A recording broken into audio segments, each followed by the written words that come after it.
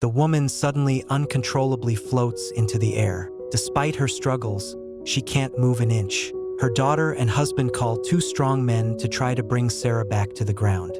But no matter how hard they try, Sarah can't move an inch. And things get stranger. By nightfall, she has risen a few more inches. Her husband then brings in doctors for an examination, but they can't figure out why she floats either. In the end, they have to take some of Sarah's blood for further testing. Sarah, floating helplessly and unable to move, relies on her husband and daughter for things like giving her some water, blow-drying her hair, and feeding her. Due to her inability to move, she has to sleep in midair. Despite these inconveniences, Sarah remains remarkably content.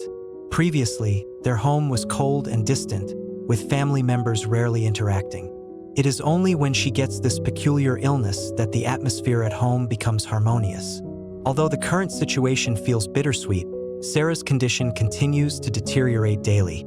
She is rapidly approaching the ceiling and rising further. Without a solution, her life is in danger. Even experts are powerless, unable to identify the cause or prevent Sarah's ascent. Calculations indicate that in 10 weeks Sarah will reach an altitude of 12,000 feet, a point beyond which survival becomes impossible due to thinning air, a phenomenon known as the Kármán line. Sarah has come to terms with her impending death, but her husband struggles to accept it, consumed by anger and desperation. However, all he can do is remove the ceiling for Sarah, which causes her immense pain, as if she is undergoing surgery. In pain, Sarah calls out her daughter's name. However, her daughter doesn't know how to face her suffering mother, drowning out her mother's cries with running water. On the second floor is the daughter's room. The once distant mother-daughter duo now find themselves sharing the same space. The daughter suggests dropping out of school to take care of her mother, but her mother immediately rejects the idea. In truth, the mother feels immense guilt, believing she has burdened the entire family, and is adamant about not letting her daughter give up her studies for her. Soon, the couple's anniversary arrives. On that day, Sarah dons a beautiful gown, illuminated by the lights, like a soaring angel. Both of them wear smiles on their faces, yet their hearts are heavy with immense sorrow. Sarah comforts her husband, urging him to accept the inevitable reality of her departure. Reluctantly, her husband agrees, but he can't bear the thought of Sarah leaving. He devises a plan to tether Sarah with a rope, attempting to forcibly keep her from ascending further. However, the strong pull causes Sarah to cry out in agony continuously. The husband, overwhelmed, covers his ears and crouches behind the door, desperate to keep Sarah on the ground.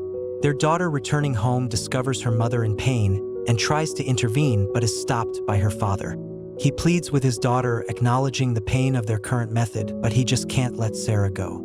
Suddenly, a louder cry echoes through the room. Sarah has dislocated her ankle. This method can't prevent Sarah's ascent either. As time passes, Sarah ascends through the roof. To care for her, they can only use a cloud ladder. The father-daughter duo bring ample food, water, and supplies Sarah might need, such as batteries, phones, and oxygen tanks. Everyone remains calm, seemingly accepting Sarah's imminent departure. Even the husband has shed his initial anger, standing silently by. The daughter presents her mother with her personal music player, filled with music she enjoys. While teasing her mother about her music taste, she embraces her with reluctance. The husband remains expressionless, turning away. However, as the cloud ladder begins to descend, the husband, who has been silent for so long, can't hold back any longer. He embraces Sarah tightly, refusing to let go, as if trying with all his might to pull her back to the ground. The husband has always been the strongest in the family, but at that moment, a sense of powerlessness washes over him. He can't bear the thought of Sarah leaving him. But no matter what he does, he can't prevent Sarah's departure. As Sarah continues to ascend, the winds grow louder, and the intense ultraviolet rays become unavoidable. As the temperature drops, even in thick coats, Sarah turns red from the cold. Yet, all these hardships combined can't compare to the yearning for her family. Now, even the telescope can't locate her home. Missing her husband and daughter, she dials the phone, not mentioning her harsh surroundings, but instead reminding her daughter to eat less junk food and to care for her father. Sarah keeps talking, desperate to return home. Hearing her mother's voice on the phone, the daughter feels as if her mother is right there beside her. Yet the truth is that their distance is growing. Her heart aches, and she can't control her emotions anymore, hastily ending the call. Sarah, unaware of her daughter's turmoil, feels she is once again burdening her family and turns to her music player to ease her stress. However, in a moment of carelessness, the player slips from her hands, shattering her calm demeanor. She screams uncontrollably, but only silence greets her, intensifying her overwhelming sense of loneliness and desolation. At night, a fierce storm rages on, and Sarah has no shelter from the cold rain beating down on her. Back home, the husband stares at the hole in the roof, silently praying for Sarah. The daughter, consumed by guilt for ending the call, feels the weight of her actions. The hearts of the entire family are intertwined. After a night passes, Sarah reaches above the clouds, sensing the thinning air and realizing her time is running out. After a moment of hesitation, she dials the phone once more. Sarah? Dave? Sarah, are you all right? It's not, we were worried. Is it her? Mom? Oh, here it comes. What, Mom? She's confused. Would you put your mask on? Carly, if you fail your exams,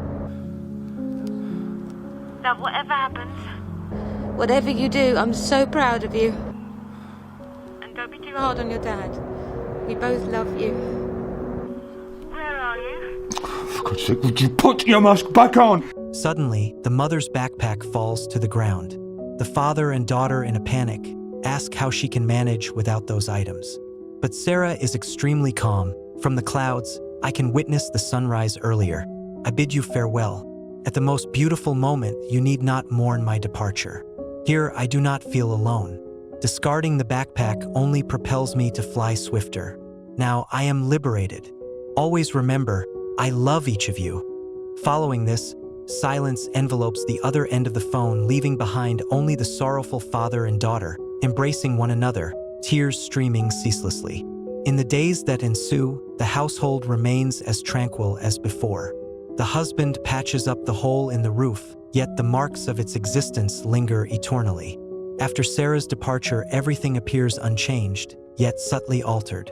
The daughter no longer exhibits the rebelliousness of yore, having learned to prepare breakfast and tend to her father. Likewise, the father sheds his previous indifference. The radiant sunlight outside now bathes the entire home in warmth.